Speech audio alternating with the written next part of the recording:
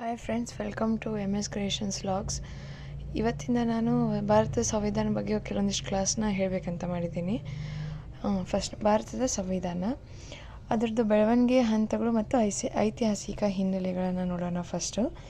First ನಮಗೆ ಸಂವಿಧಾನ ಬೇಕು ಅಂದರೆ ಸ್ವತಂತ್ರಕ್ಕಾಗಿ ನಾವು ಹೋರಾಟ ಮಾಡಿದ್ರು. ಮುಂಚೆ ಎಲ್ಲ ಸ್ವತಂತ್ರಕ್ಕಾಗಿ ಹೋರಾಟ ಮತ್ತು ಸಂವಿಧಾನಾತ್ಮಕ ಹೋರಾಟ ಅಂತ ನಾವು ಎರಡು ಭಾಗವನ್ನು ಮಾಡ್ತೀವಿ. ಫಸ್ಟು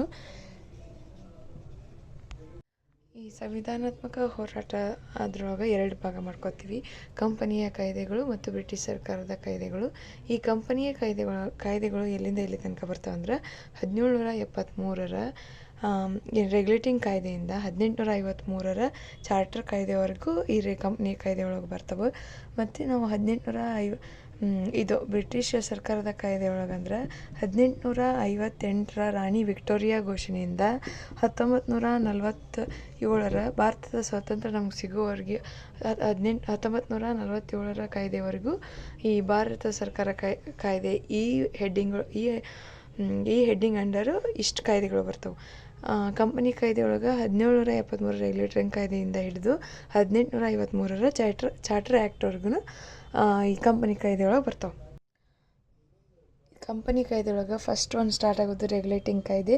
1773ರಲ್ಲಿ ಜಾರಿ ಬಂತು. ಇದು ಜಾರಿಗೆ ಬಂದ ಕಾರಣ ಭ್ರಷ್ಟಾಚಾರ ನಿಯಂತ್ರಿಸಲು ಇದು ಪ್ರಪ್ರಥಮ ಬಾರಿಗೆ ಈ ಕಾಯ್ದೆ ಜಾರಿ ಬಂತು. ಈ ಕಾಯ್ದೆಯ ಪ್ರಮುಖ ಸೂಚನೆಗಳಂದ್ರೆ ಇದರಲ್ಲಿ ದ್ವಿಮುಖ ಸರ್ಕಾರ ಪದ್ಧತಿ ರದ್ದಾಯಿತು. ಆಮೇಲೆ ಇದ್ರೊಳಗೆ ಏನಾಯ್ತು ಅಂದ್ರೆ ಬಂಗಾಳದ ಗವರ್ನರನ್ನು ಜನರಲ್ ಇರಲ್ರಿ, ಫಸ್ಟ್ ಬಂಗಾಳದ ಗವರ್ನರನ್ನು ಬಂಗಾಳದ ಗವರ್ನರ್ ಜನರಲ್ನಾಗಿ ಮಾಡಿತು.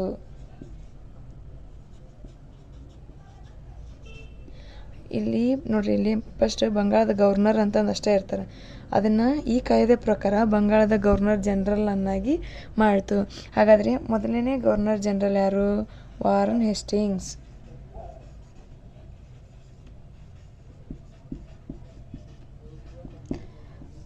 ಮೊದಲನೇ ಗವರ್ನರ್ ಜನರಲು ವಾರನ್ ಹೇಸ್ಟಿಂಗ್ಸ್. ನಂತರ ಏನಾಯ್ತು ಅಂತಂದ್ರೆ ಈ ಕಾಯ್ದೆ ಪ್ರಕಾರ 4 ಜನ ಸದಸ್ಯರನ್ನು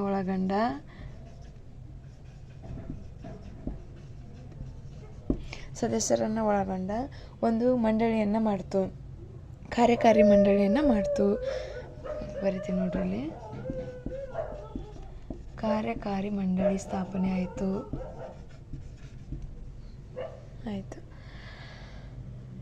ಆಮೇಲೆ ಏನು ಮಾಡ್ತು, ಈ ಕಂಪ್ನಿಯೊಳಗೆ ಈಸ್ಟ್ ಇಂಡಿಯಾ ಕಂಪ್ನಿಯೊಳಗೆ ಏನು ವರ್ಕ್ ಮಾಡ್ತಿರ್ತಾರಲ್ಲ, ಅವರು ಯಾವುದೇ ಖಾಸಗಿ ವ್ಯಕ್ತಿಗಳಿಂದಲಿ ಅಥವಾ ಯಾರಾದ್ರೂ ಭಾರತೀಯರು ಯಾರಾದರೂ ಒಂದು ಗಿಫ್ಟ್ ಇವ್ರು ಕೊಟ್ಟಿರೋದು, ಇವ್ರ ಕೆಲಸಕ್ಕೆ ಏನಾದರೂ ಗಿಫ್ಟ್ನ ಕೊಟ್ಟರೆ ಅದನ್ನು ಇಸ್ಕೊಳ್ಳುವಂತಿಲ್ಲ, ಅದನ್ನ ಬಹಿಷ್ಕರಿಸಲಾಯಿತು. ಅದನ್ನ ಇಸ್ಕೊಳ್ಳುವಂತಿಲ್ಲ, ಸ್ವೀಕರಿಸುವಂತಿಲ್ಲ ಅಂತಂದು ಈ ಕಾಯ್ದೆ ಪ್ರಕಾರ ರೂಲ್ಸ್ನ ಹೊರಡಿಸಲಾಯಿತು. ಆಮೇಲೆ ಏನು ಮಾಡಿದರು, ಬಾಂಬೆ ಮತ್ತು ಮದ್ರಾಸ್ ಪ್ರಾಂತ್ಯಗಳನ್ನು ಬಂಗಾಳಕ್ಕೆ ಅಧೀನ ಮಾಡಿದರು. ಬಾಂಬೆ ಮತ್ತು ಮದ್ರಾಸ್ನ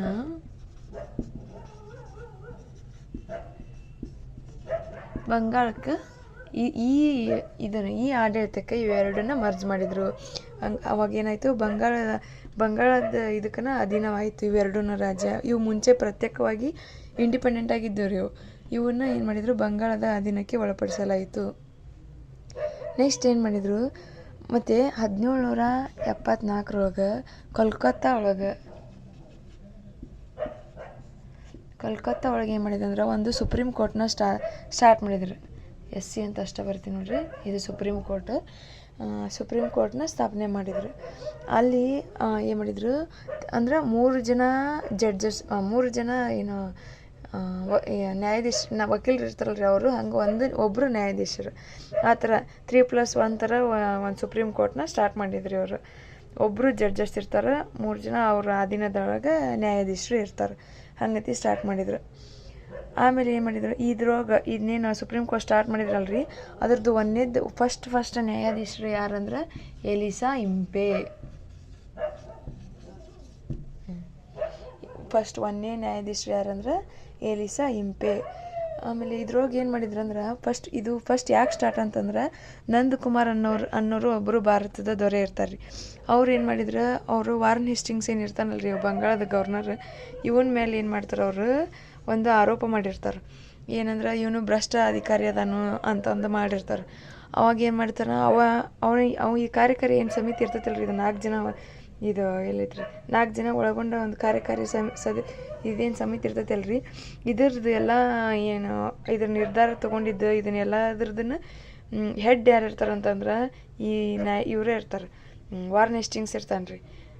ಅಂದರೆ ಗವರ್ನರ್ ಜನರಲ್ ಏನು ಇರ್ತಾನಲ್ಲ ಇವನೇ ಇದ್ರದ್ದು ಹೆಡ್ ಇರ್ತಾನೆ ರೀ. ಇವ್ರು ಏನು ಮಾಡ್ತಾರೆ, ಇವ್ರ ಮುಂದೆ ನಂದಕುಮಾರ್ ಅನ್ನವ ಬರೀತೆ ನೋಡ್ರಿ, ಇಲ್ಲ ಅವನ ಹೆಸರು ಮತ್ತೆ ಮರ್ತಿರ್ತಾರೆ. ನಂದಕುಮಾರ್ ಅನ್ನವ ಒಬ್ಬ ರಾಜ ಇರ್ತಾನೆ.